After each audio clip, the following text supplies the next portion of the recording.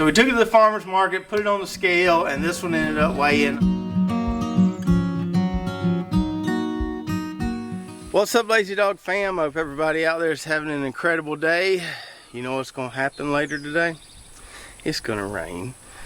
Hopefully not until about 2 hours from now, but it's going to rain again today. We got that crazy flood a couple days ago. It rained again yesterday. It's going to rain a good portion of the day. So there's not a whole lot we can do in the garden right now. Our soil drains pretty well, but it's kind of too wet to do a whole lot around here. So we're going to continue with our pumpkin theme on this video. We're going to try to get this plot here behind us where we had our pumpkins. Going to try to get that cleaned up. We were able to go weigh those giant pumpkins. I'm going to tell you what those ended up weighing. And then hopefully we're going to go to the greenhouse and start some more pumpkins that we can grow for the fall. So if you missed that last video where we harvested over 100 pumpkins out of this little 30 by 35 plot here, I'll put a card up top so you can go check that out. And in that last video we still had a couple out here, but you'll notice that they're now gone. That giant pumpkin that was sitting on top of that platform right there is now under the barn. I'll show you that in a minute.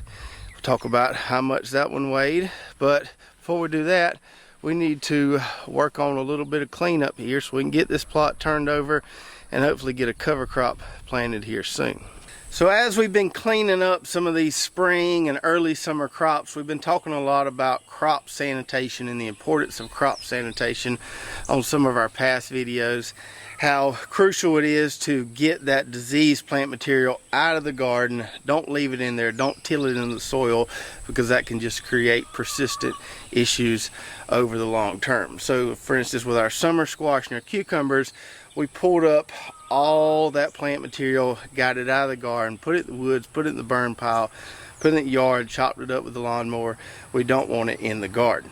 Now with this pumpkin plot here behind me, it's a little bit of a different situation because there's so much plant material here. If you just had a little pumpkin plot, raised bed, or just a tiny little plot with a few pumpkin plants, I'd recommend just going in there and pull them by hand, getting them out of there. It would take me quite a while to pull all this material out of here by hand, and with the rain coming, I don't really have time to do that today. So we're going to use the assistance of the lawnmower to help us get some of this material out of here and get this cleaned up. Now when we're mowing some things like cover crops, we want to chop and drop all that plant material and leave it on the garden plot, and that's why I use that little baffle on my mower so it doesn't blow it everywhere. It just kind of chops it, drops it, mulches it right where it is. In this case with this pumpkin plot, I don't want to do that. I want to try to blow all this stuff out of here. So I'm not going to use the baffle on my mower, and I'm going to try to strategically blow it all out of here in that direction over there. Now I've got buried drip tape in this plot as well, 4 or 5 lines that I also have to worry about, and I got to get those up as well. It'd be kind of hard to pull up now with all these pumpkin vines everywhere. So my plan is come in here and mow it relatively close, try to blow as much of that plant debris out of here as I can. Then I'll pull up the tape, and then I'll probably come back behind it and just really scalp it down. Once it's scalped down, then I can come in here with a wheel hoe, kind of rake out any weeds that are in there and get it nice and clean so that we can plant a cover crop whenever it's dry enough to do so. So I'm gonna go grab these few pieces of wood and bricks that I use for my giant pumpkin platforms, get those out of here, we'll get the mower, and we'll start working on getting this cleaned up.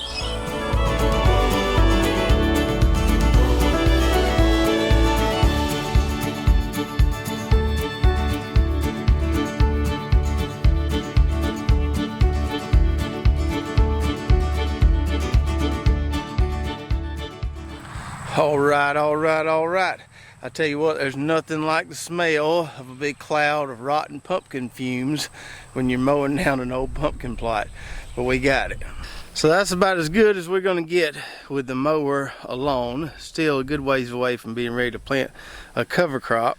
So next thing I need to do is come in here, rake out some of those vines that are real low to the ground that the mower wouldn't get, wheel hoe it, rake everything out, and we probably will need to till it one time before we put that cover crop in. I'd say another 30-45 minutes worth of work another day, and we'll be ready to plant something else here. So now let's go underneath the barn where we've got all those pumpkins that we harvested on the last video. Talk about what we're going to do with all these pumpkins, and I'll tell you what those big ones weigh. So we got a lot of pumpkins underneath here. I'm about to run out of room to put them all. We got our wheelbarrow full of coals right there. Chickens are getting a pumpkin a day. They're enjoying that so far. Got our two big boys right there. Got our fairy tale pumpkins over there on that makeshift firewood rack I made. And then all our jade night pumpkins. I had some leftover wheat straw bales underneath the barn here, so I unstacked them, laid them out like that. Got them sitting on there. They wouldn't quite all fit on there. I didn't have enough straw bales. Those pumpkins are pretty small, so we put the rest of them on the very top of our storage rack over there. So when we posted a picture of these pumpkins on our Facebook and Instagram pages, we had a lot of people asking, what are you going to do with all those pumpkins? We're a long ways from Halloween. And if you watched that last video, you might have been wondering the exact same thing. So for those giant pumpkins, we're going to collect the seeds from those, see how many seeds we have, make sure they germinate well, and then as promised, we'll probably put them on our website later this year or maybe early next spring. But for these two types, the fairy tale and the jade night, these are eating pumpkins. So both of these are really, really tasty. These right here store for a long, long time because this is a C. machata type. These C. maxima types like this, we can usually get them to store 3 to 4 months, sometimes longer. Just depends on the pumpkins. Not all of them will store that long, but we can usually get a decent percentage of them to store for a while.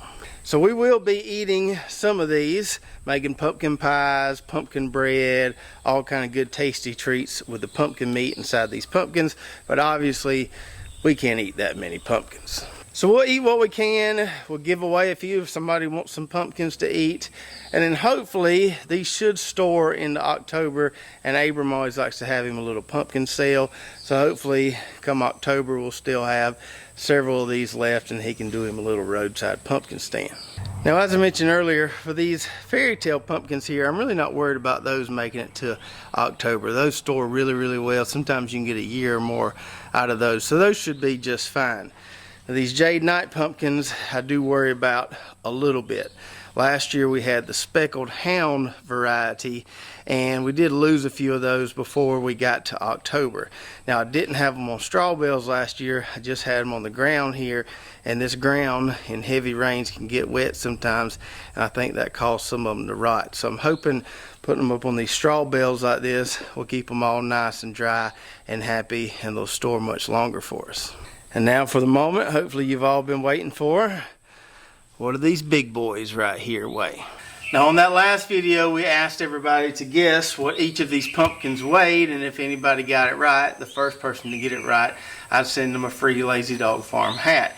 Now this video is being filmed before that video actually airs, so I haven't seen all the guesses yet, but I assume we got a decent amount of them, and thank everybody for playing along.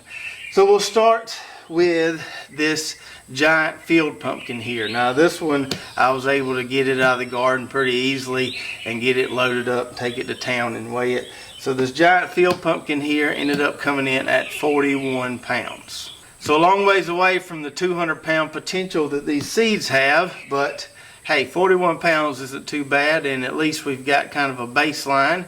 Next year we know we got to try to grow one bigger than 41 pounds. And now for this big boy here, this Atlantic giant pumpkin. Now I showed you on that last video how I wasn't able to budge this thing off the ground where it was sitting. Now a few weeks ago I was able to move it a little bit. I told you on the last video that my buddy Thomas, who was a collegiate baseball pitcher, he was able to pick it up a few weeks ago. Well, he come over yesterday. I called him, I said, let's go take this pumpkin to town, see what it weighs. Well, he grabbed hold to it and he couldn't pick it up anymore. It had gained some weight. He said this thing is a good bit heavier than it was a few weeks ago. So we had to improvise, and my brilliant wife said, hey, why don't y'all use this old bed sheet, make a cradle, and then y'all can kind of tag team it and then pick it up. So instead of us dumb men trying to use just brute strength to pick this thing up and probably hurting ourselves, we went with the wife's much smarter idea. Was able to kind of rotate it a little bit, get a sheet underneath it. We kind of double folded the sheet, and I picked up on one end, Thomas picked up on the other end. We got it in the back of the truck, got it to town so we could weigh it. And if you want to see us actually picking this thing up, we'll have a reel on our Instagram account. You can go see that there. So we took it to the farmer's market, put it on the scale, and this one ended up weighing 187 pounds. I was really hoping we was going to get to 200 pounds with it. But 187 pounds, definitely the biggest pumpkin I've ever grown. Still a long ways off from the 1,500 pound potential that these seeds have and will still have. They're not going to lose that potential just from one generation. So we'll try again next year. Maybe we can get closer to 500 next year. I think I really need to devote a single plot to the giant pumpkins so I can prune them and have plenty of room to work with there. But I'm not mad about growing a 187 pound pumpkin. A lot of the folks at the farmer's market said it was the biggest pumpkin they had ever seen. So that made me kind of proud, and it was fun to kind of take it around town, show it around a little bit. So if you did guess the weight for either one of these, the field pumpkin at 41 or the Atlantic giant at 187, I'll find you a comment, reply to it. You can send us an email with your address and I'll get your hat out in the mail. I'm hoping we did get a winner for each of these and lots of good guesses. In addition to having a lot of people asking what we're going to do with all these pumpkins, we also had a lot of people asking, why do you grow them in the spring as opposed to the fall? Is it easier to grow them in the spring? Well, yes, it is easier to grow them in the spring. Now, we're going to grow some fall pumpkins again this year like we did last year, but pumpkins are easier to grow in the spring because temperatures are cooler, pest and disease pressure is lower, and so that's why we grow our eating pumpkins in the spring. And then those will store for several months for us on into the winter, so we have a good long-term food source with those pumpkins. In the fall, which we'll be planting in a minute, we grow more kind of fun pumpkins, jack-o'-lanterns, decorative pumpkins, things like that.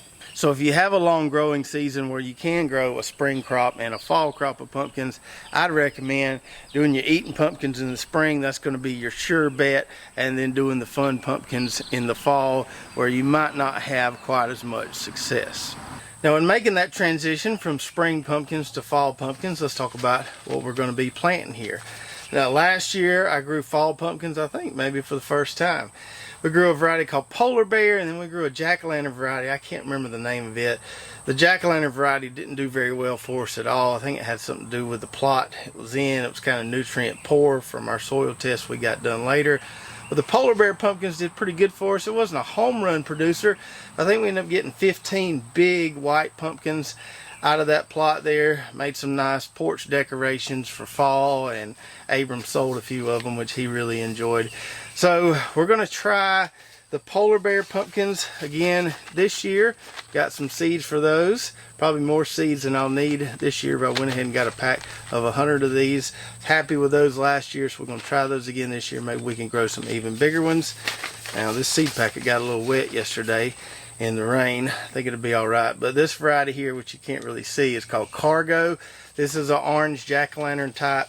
Supposed to make a nice, big, kind of upright jack-o'-lantern. This one also has some powdery mildew resistance, which we can certainly use when growing fall pumpkins. So excited about that one. And then this one, never grown warty pumpkins before, but we're going to give it a try. This one's called Warty Goblin. Got this one from Hare Seeds. We're going to give that one a go as well. So we got 3 different varieties, more ornamental varieties that we're going to try for fall.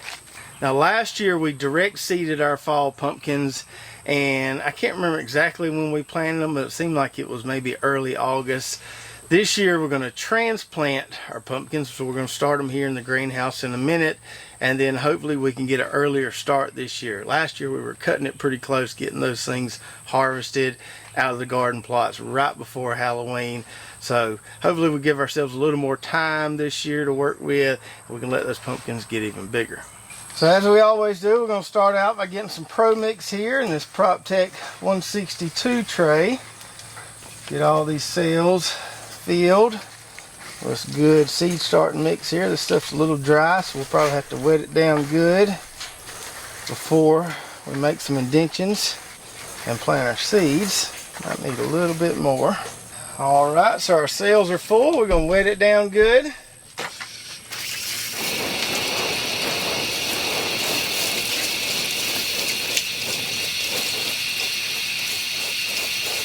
Then we'll give it a minute, let that water kind of soak through there, and then we'll wet it down again.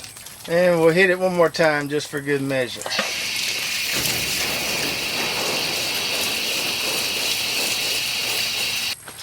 I'll go ahead and make some indentions in these sails here, and since pumpkin seeds are pretty big, I'm going to push down there pretty good, make some decent size indentions, put these seeds. And I've already got my plant labels here. Got a lot more polar bear seeds than I do of the other two varieties. So I'm kind of working my way backwards. I think I got 30 seeds of the warty, so 3 rows should do me on that. And I've got 30 seeds of the cargo, so 3 rows should do me on that. And we'll see how far we get with the polar bear there. Now these seeds are treated, which doesn't bother me because we're not going to be eating these anyway. We're going to be using them for more ornamental purposes. But I think you can get untreated seeds of this polar bear variety if that's something you're particular about. I think I may just go ahead and plant all these polar bear seeds. I think I'm going to do a whole plot of these bad boys. They were really popular last year, so we'll go ahead and plant all we've got here. And that worked out almost just perfect. We're going to have one lane here where we have seed start and mix, and we're not going to have any seeds, but that's all right. The rest of the tray will be full of seeds. So let's get our cargo seeds in these next 3 lanes.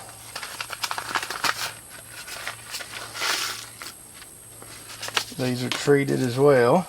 These are some big old seeds here, bigger than the polar bear. These might end up making some sure enough big pumpkins. Well, it looks like they gave us a good many more than 30 seeds. So I'm going to back that one up right there, and we will end up filling this empty row right here. And with pumpkin seeds, since they're so big, even if I've got a few extra left over, I usually don't like to double plant these cells just because the seeds are so daggone big. So we just happen to have 2 seeds left over there.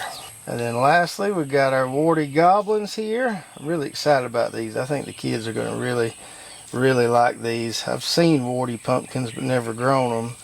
So I figured now was as good a time as any. Give them a shot.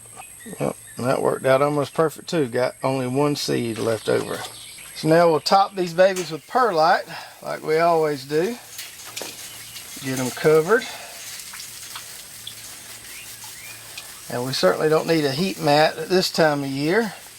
They should germinate pretty quick in the greenhouse here just with the outside temperature. It's warm in here right now, but it's not overbearing. It's not so hot in here you can't stand to be in here. Now we'll just water those seeds in good. And so with our little micro-dosing system that we've been using, with that little siphon mixer connected between our spigot and our water hose, we are feeding every single time we water at a very low dose. So we've got some of that AgriThrive in the bucket there. It's sucked up to that little black tube and comes out our water hose mixed with that water at a 16-to-1 ratio. And so we're feeding these guys even when they're still seeds and haven't germinated yet. I found it doesn't hurt anything at all, doesn't inhibit germination. It just starts putting some nutrients in that sterile seed starting mix and keeps a nice constant supply of nutrients there, so we can have some very healthy transplants when it comes time to put these puppies in the ground. Now with these fall pumpkins, which as I mentioned we're growing for ornamental purposes, we're not going to eat these, although I think you can eat these polar bear pumpkins. I'm not going to be as rigid about staying organic with my spray program. I know the pest pressure is going to be high. I know the disease pressure is going to be high. We'll probably start spraying them with some Azera once we transplant them, but if I see things are getting bad, I will go to a synthetic product because, like I said, we're not eating these anyway. It's not going to matter a whole lot. Probably still going to stay organic with my fertilizer program with the Nature Safe and the AgriThrive because that works so well on our spring pumpkins that I'm just going to kind of repeat the process with these fall pumpkins. But as far as pests and diseases go, I will go non-organic if I have to. So hopefully we have similar or better success with the polar bears compared to what we did last year.